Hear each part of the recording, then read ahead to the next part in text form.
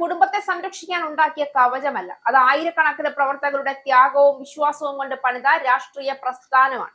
എന്നാൽ ഇന്ന് CPM-നകത്ത് ഉയർന്ന ഏറ്റവും വലിയ ചോദ്യവും അതുതന്നെയാണ്. ഒരു നേതാവിന്റെ മകളെ സംരക്ഷിക്കാനാണോ പാർട്ടി, അതോ പാർട്ടിയെ സംരക്ഷിക്കാനാണോ നേതൃത്വം?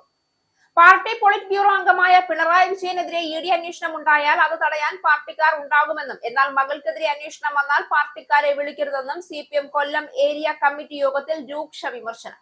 നിയമസഭാ തെരഞ്ഞെടുപ്പിലെ കനത്ത പരാജയത്തിന് മുഖ്യ ഉത്തരവാദി പിണറായിയാണ്. തോറ്റുതൊപ്പിയിട്ടിട്ടും പ്രതിപക്ഷ നേതാവിനെ തിരഞ്ഞെടുക്കാൻ വോട്ടെടുപ്പ് നടത്തിയ ഈ പാർട്ടിയിലേക്ക് ഇനി ആരു കടന്നു വരുമെന്നും അംഗങ്ങൾ ചോദിച്ചു.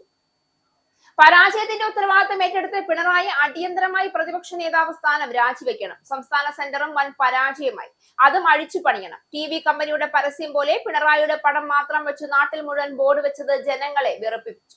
കാലഹരണപ്പെട്ട പ്രചരണ തന്ത്രം ഉപദേശിച്ചു കൊടുത്ത ആ PR കമ്പനിയെ കുറിച്ച് അന്വേഷണം വേണം. MV ഗോവിന്ദന്റെ ഭാര്യയെ സ്ഥാനാർത്ഥിയാക്കാൻ പാടില്ലായിരുന്നു. അതോടെ സഖാക്കൾക്ക് ഈ പാർട്ടിയോടുള്ള വിശ്വാസം നഷ്ടപ്പെട്ടു.